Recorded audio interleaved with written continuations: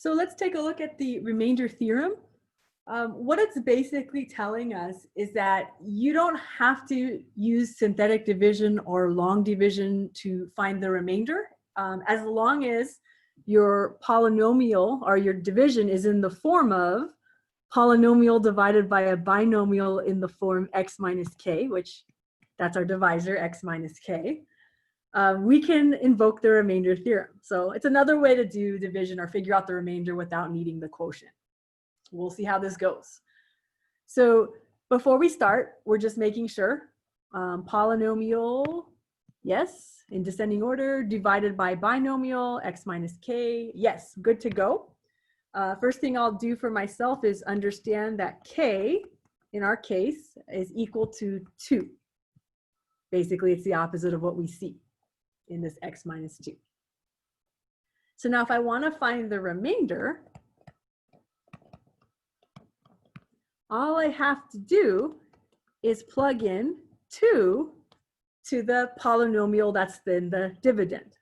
So that's p of 2, or sometimes we're just saying that just means we're taking this x cubed, writing 2 cubed, minus 4 times 2 squared, minus, oh, excuse me, that's a plus 9 times 2, minus 10.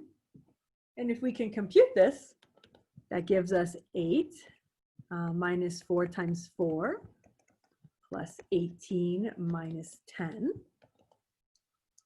Just taking a little more time on here. 8 minus 16 plus 18 minus 10. If I have 8 minus 16, negative 8 plus 18 gives me 10. 10 minus 10 gives me 0. So we in fact have found the remainder. Now that's really important to us.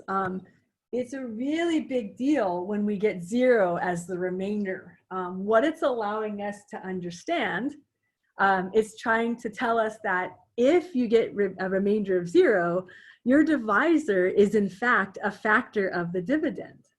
So if we notice that the remainder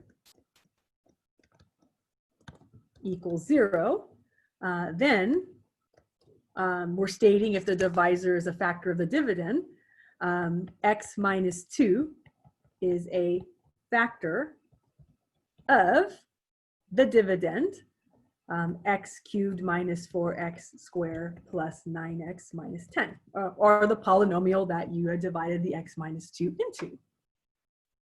So that's pretty much all there is to this problem, but it's really significant because if you have the fact that you have a 0 as a remainder and you already know that your divisor is a factor, it's very powerful because now you can factor your higher order polynomial.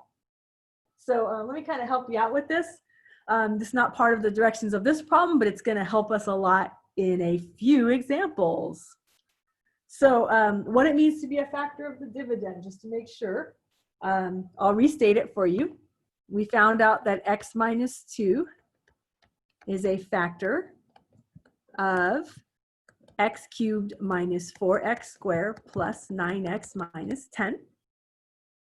And what that means, we can now rewrite x cubed minus 4x squared plus 9x minus 10. We can rewrite it as its factored form. So x cubed minus 4x squared plus 9x minus 10 is now x minus 2 times another polynomial. And what's even more significant about this, you guys are interested, I know, I can tell, that this part happens to be the quotient that you would get from division, either long division or synthetic.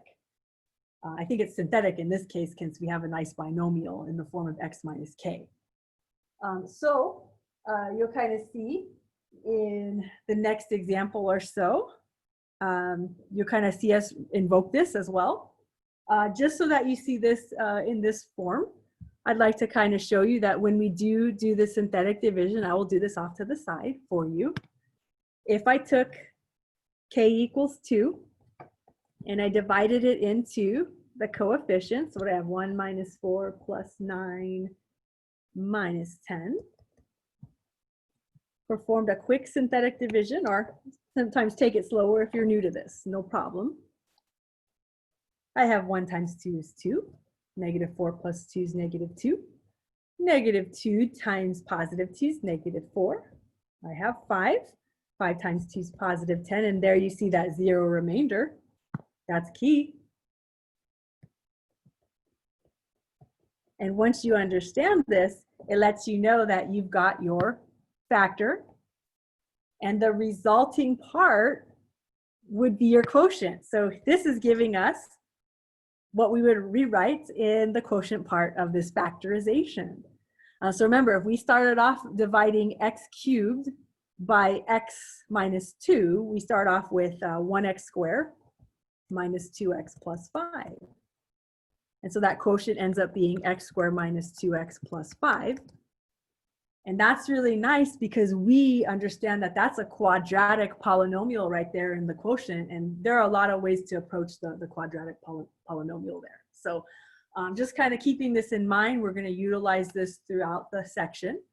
Moral of the story, when you get a remainder of 0, it gives you information about your k, and it gives you information about your factor that's associated with the k. So that's really key. I hope this helps. I'll see you for the next example.